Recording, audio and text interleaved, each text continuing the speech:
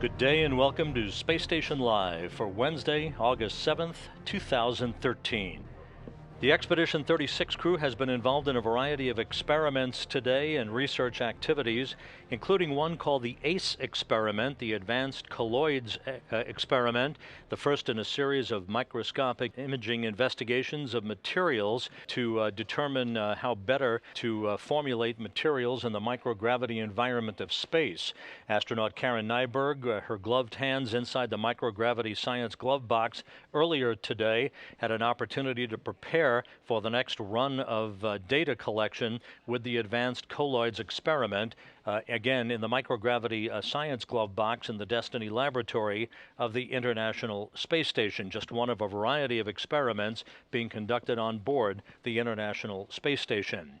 Meanwhile, Russian cosmonauts Fyodor Yurchikhin and Alexander Mazurkin were busy in the Russian segment of the complex, preparing their Orlan spacesuits for two spacewalks coming up on August 16th and August 22nd. The first of those two spacewalks to be conducted outside of the Pirs docking compartment by Yurchikhin and Mazurkin will install a panel of experiments on the Poisk module, deploy a gap spanner between the Zarya module and Poisk, and to install Ethernet cables on the Poisk module that will be part of the hardware associated with the arrival of a new Russian laboratory module at the end of the year. 6 days later, they'll venture back outside the Pirs docking compartment on August 22nd for another spacewalk in which they will trade out a laser experiment on the outside of the Russian segment of the space station for a pointing platform upon which an optical telescope will be launched in the near future.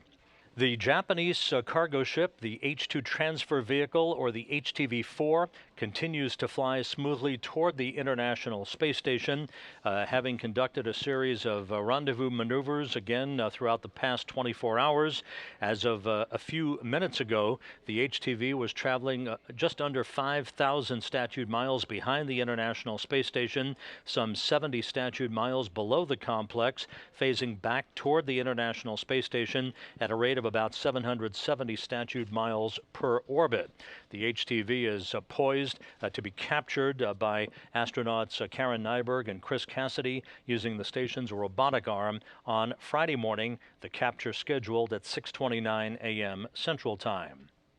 Cassidy and Nyberg are also working inside the Japanese Kibo module, preparing a series of satellites called SPHERES, the acronym for the Synchronized Position, Hold, Engage, Reorient, and Experimental Satellites, for some test runs that will be conducted in an ongoing competition with students that will be gathered next Tuesday at the Massachusetts Institute of Technology, where the experiment's principal investigators are housed. The SPHERES experiments enable students to engage in a competition in which they program the satellites